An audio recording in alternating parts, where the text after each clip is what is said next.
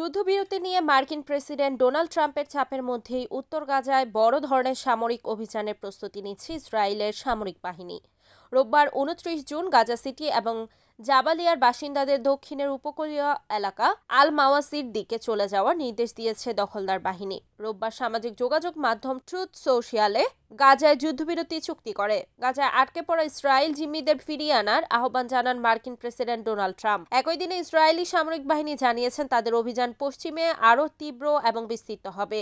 এদিকে রোববার রাতে নিরাপত্তা কর্মকর্তাদের সঙ্গে বৈঠক করেছেন ইসরায়েলি প্রধানমন্ত্রী বেনিয়ামিন নেতানিয়াহু।